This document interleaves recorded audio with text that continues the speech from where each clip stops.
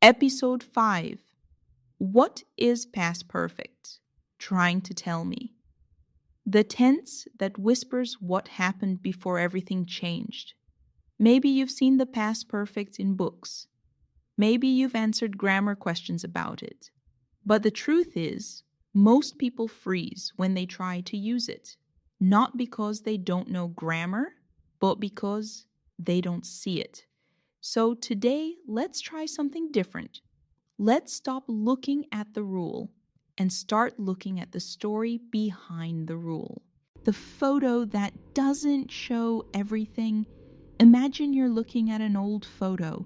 You're standing in the rain, holding a suitcase, crying. That's what the picture shows. That's the past.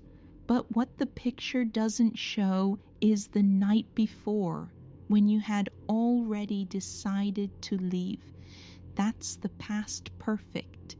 It's the part of the story no one sees unless you choose to tell it. It's the whisper behind the moment, the decision behind the action.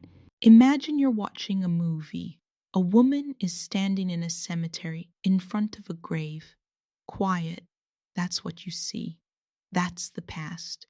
But what you don't see is the night before, when she had already decided to let go. That's the past. Perfect. It's the part of the story no one sees unless you choose to tell it. It's the whisper behind the moment, the decision behind the action. The past perfect. It's not just grammar. It's how we map time. I had finished dinner before she arrived. He had already left when I got to the party. The action is important, but the order, that's what past perfect is telling. Let's be clear. Past perfect is not only emotional, it's also factual. It helps your listener follow the timeline with time expressions like before, after, by the time, when. You say, I had already packed before he called. First, I packed. Then, he called. Past perfect is your way to show. This part happened first, and it matters. So here's a question for you. Can you remember a moment in your life that only makes sense when you tell what came before?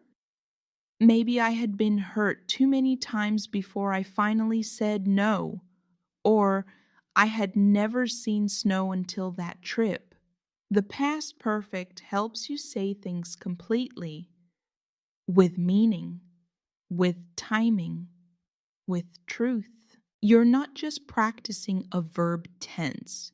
You're telling your story. You're showing someone the pieces they didn't see.